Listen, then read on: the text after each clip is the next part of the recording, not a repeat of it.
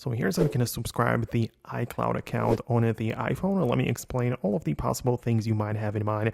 And if this is your first time on Foxtecc, make sure you subscribe so you never miss anything important. So of course, your iCloud is the Apple account which you need to use on your iPhone to access like the App Store and download more apps, right? And the whole profile of this and all of these settings can be found in the main settings app. And at the top of your list, you can see your name and the picture there. And this is what you need to click on. And we are now in like the Apple account. So then you can proceed to the iCloud and see your current situation. So by default, everybody gets 5 gigabytes of the iCloud storage for free. But if you want to subscribe to the iCloud Plus or these higher tiers, you can click on the upgrade to iCloud Plus.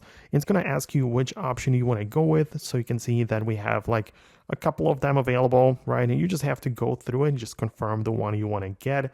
And then you will need to set up the payment method, right? So usually you're just gonna like scan your face and use the Apple Pay, or it depends on how you have it set up, but you just kind of have to like set up the subscription and all of the payment details.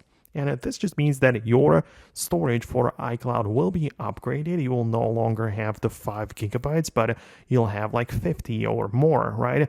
Depends on how many you need or which option you go with. But the point is that you can now, for example, sync all of your photos to the iCloud, which is probably much more than 5 gigabytes, and you can have it all stored right there. So it just saves your time and most importantly backs up your files just in case something happens to your phone, like the physical device, right? So that's why a lot of people use it, and that's how you can access it. In case of any questions, leave those below. It is possible I'll make an updated video about it in case there are plenty of inquiries. So let me know about that below. Thanks a lot for watching, and I'll talk to you later.